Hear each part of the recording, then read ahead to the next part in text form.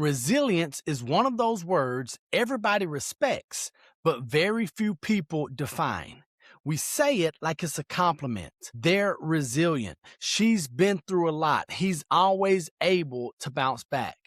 But let me give you the truth that changed how I look at it. Resilience is not something you have. Resilience is something you build. And if you don't build it on purpose, life will force you to build it in pain. That's why this principle in my book, The Affluent Negro's 7 Principles for Minority Wealth Creation, is not simply be resilient, it's reinforce resilience. Because resilience is not a personality trait, it's a structure.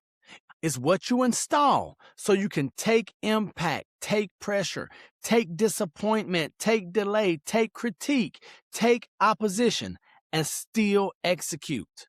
And I want to be direct. This principle matters for everybody, but it hits different for minorities because many of us were introduced to resilience as survival, not as strategy. A lot of us didn't get taught resilience as a skill you can strengthen. We got forced into resilience as a response to hardship. So we learned to deal with it. We learned to make it happen. We learned to push through. We learned to be strong. We learned to keep moving. But here's the issue.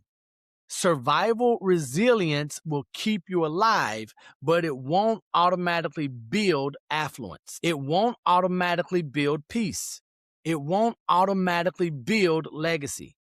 Reinforced resilience is what turns pressure into progress instead of pressure into exhaustion. So let's define it in a way you can actually use. Reinforced resilience means you intentionally strengthen your ability to recover, adapt, and continue producing results without losing yourself in the process. That without losing yourself part actually matters. Because some people are resilient, but they're also burned out. Some people keep going, but they are quietly bitter. Some people show up, but are emotionally empty. Some people are strong externally and fractured internally. That's not the goal.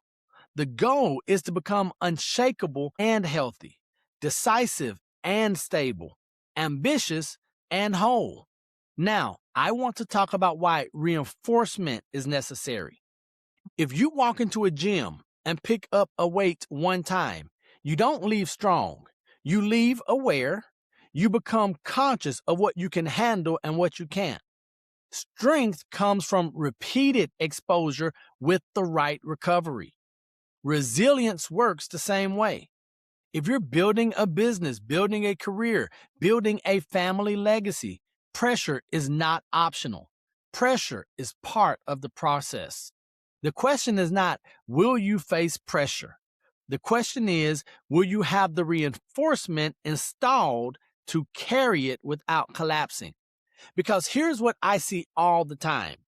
Talented people lose their momentum not because they lack ability, but because they get hit and they don't have a system for the hit.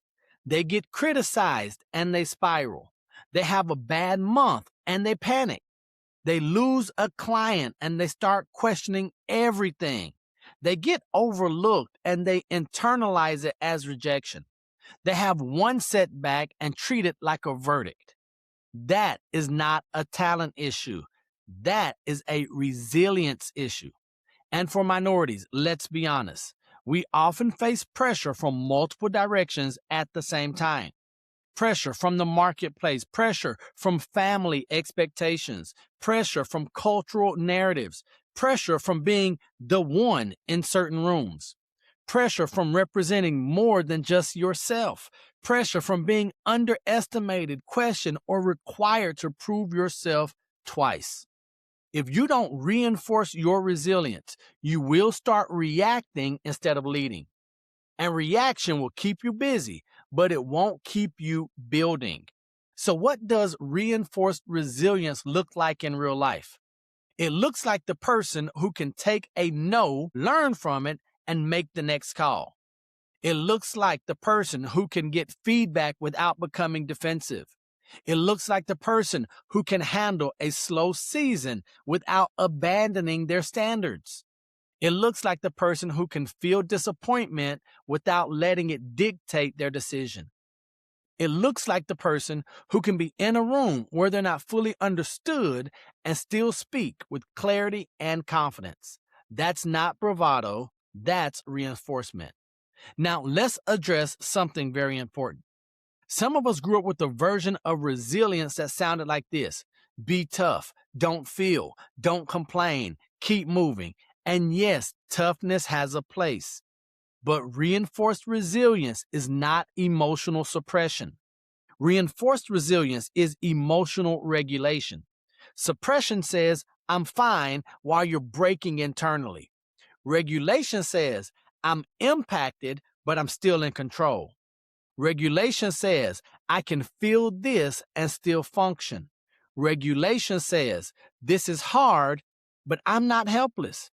And to reinforce resilience, you need more than motivation. You need components. You need pillars. I want to give you a simple way to think about this. Reinforced resilience is built with 3 reinforcements: your mindset, your environment, and your routine. Mindset is what you believe. Environment is what surrounds you. Routines are what you repeatedly do. If one of those is weak, pressure will find it every single time. Let's start with mindset. Your resilience will always be limited by the meaning you assign to adversity. If every setback means I'm not good enough, you will keep shrinking. If every delay means it's not for me, you'll keep quitting. If every critique means they don't respect me, you will keep reacting emotionally. But if you train yourself to interpret adversity as information, not identity, everything changes. Information says that didn't work, so adjust. Identity says I'm a failure. Information says that client wasn't aligned, reframe. Information says that client wasn't aligned, refine your filter. Identity says nobody values me. Information says that room didn't receive it, improve your communication. Identity says I don't belong. Reinforced resilience is the discipline of refusing to turn temporary friction into permanent conclusions. Now, let me make this culturally relevant in a very real way. Many minorities carry an invisible tax, the tax of interpretation. We have to decide, sometimes daily, what something means. Was that an oversight or disrespect? Was that feedback fair or biased? Was that a no because my offer wasn't clear or because I'm not who they expected? And if you don't reinforce resilience, interpretation will drain your energy. You'll spend more time replaying situations than building solutions. So part of reinforcement is this: you commit to a builder's interpretation. A builder's interpretation says, I'm not going to guess my way into discouragement. A builder's interpretation says, I will control what I can control: clarity, skill, delivery, relationships, and execution. A builder's interpretation says, I'm going to keep improving until the results match the effort. That mindset is not denial, it's direction. Now, let's talk about environment. You cannot reinforce resilience in an environment that constantly tears you down. You cannot heal in the same conditions that keep cutting you. And I'm going to say something that is true and uncomfortable. Sometimes the greatest threat to your resilience is not the outside world. It's the constant proximity to the people who normalize struggle but criticize your growth. People who don't mind you being motivated as long as you don't become disciplined. People who don't mind you dreaming as long as you don't start executing differently. People who will celebrate you for trying but resent you for transforming. That doesn't mean you stop loving people. It means you stop letting them shape your standards. Reinforced resilience requires environment upgrades, and environment upgrades don't always mean geography. Sometimes it means your inputs. What are you watching every day? What are you listening to every day? Who has access to your ear when you're vulnerable? Who do you call when you're discouraged? If your circle can't coach you back to clarity, your circle will coach you into quitting. You need at least a few people in your world who speak the language of building, not just talking, building. Now, let's talk about routines. This is where resilience becomes practical. Most people think resilience is emotional. It's not. It's behavioral. Resilience is what you do after the hit. So you need a protocol. Because when pressure hits, and it will, your protocol is what keeps you from spiraling. Here's a simple resilience protocol I want you to adopt. When something hits you, bad news, rejection, criticism, an unexpected bill, a client issue, a conflict, do 3 things. First, stabilize your physiology. Breathe, walk, pray if that's part of your life. Get out of the spiral state because you can't make elite decisions in a heightened emotional state. Second, identify the lesson and the leverage. Ask, what is there here to teach me, and what can I change because of it? There is always leverage. Sometimes the leverage is a boundary. Sometimes it's a better process. Sometimes it's a clearer contract. Sometimes it's better communication. Sometimes it's simply choosing a better client. Third, execute one small corrective action within 24 hours. One email, one call, one adjustment, one plan, one review, one new pitch. One follow-up, one workout, 1 hour of deep work. Because resilience is reinforced when you respond with action, not avoidance. Now, I want to go deeper. Because reinforced resilience isn't just about bouncing back. It's about building forward. Some of you are resilient enough to recover, but you keep recovering to the same level. Reinforced resilience means each hit makes you wiser, not weaker. Each hit makes you more structured, not more scattered. Each hit improves your standards. So let me give you a few reinforcements that minorities specifically need to pay attention to because they show up in real life. One reinforcement is boundaries. A lot of us were raised to be available to family needs, community needs, friends' emergencies, everyone's request. And being generous is honorable, but if you don't reinforce your boundaries, you will become resilient in crisis, but inconsistent in progress. You'll keep rebuilding because you keep overextending. Reinforced resilience means you learn to say, love you, and I can't do that. It means you learn to say, I'm building right now. It means you learn to say, not today. You learn to say, that doesn't fit my priorities. Boundaries are not rejection. Boundaries are protection. Another reinforcement is financial resilience. Again, I'm not giving financial advice here, but I am giving you a principle.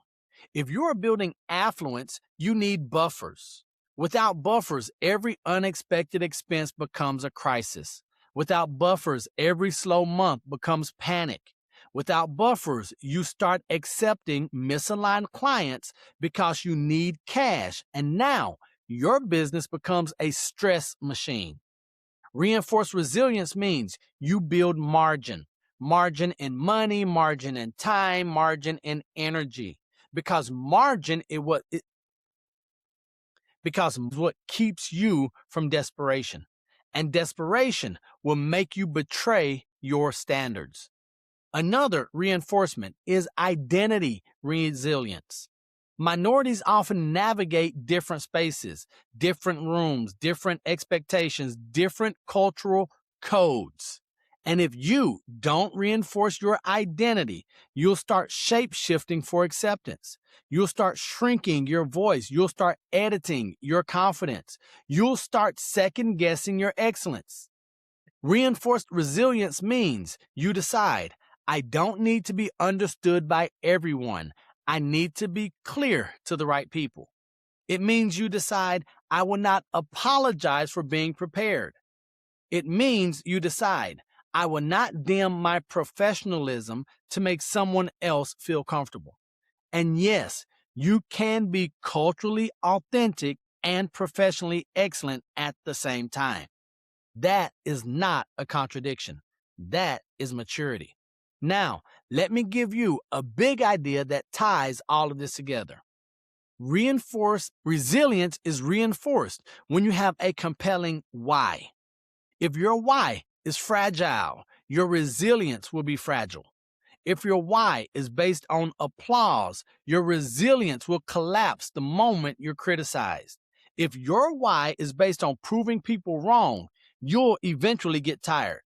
But when your why is purpose, legacy, and responsibility, resilience becomes a standard. For many of us, resilience isn't optional because we're not just building for ourselves. We're building to change what our children think is normal. We're building to change what our family line expects. We're building to break patterns.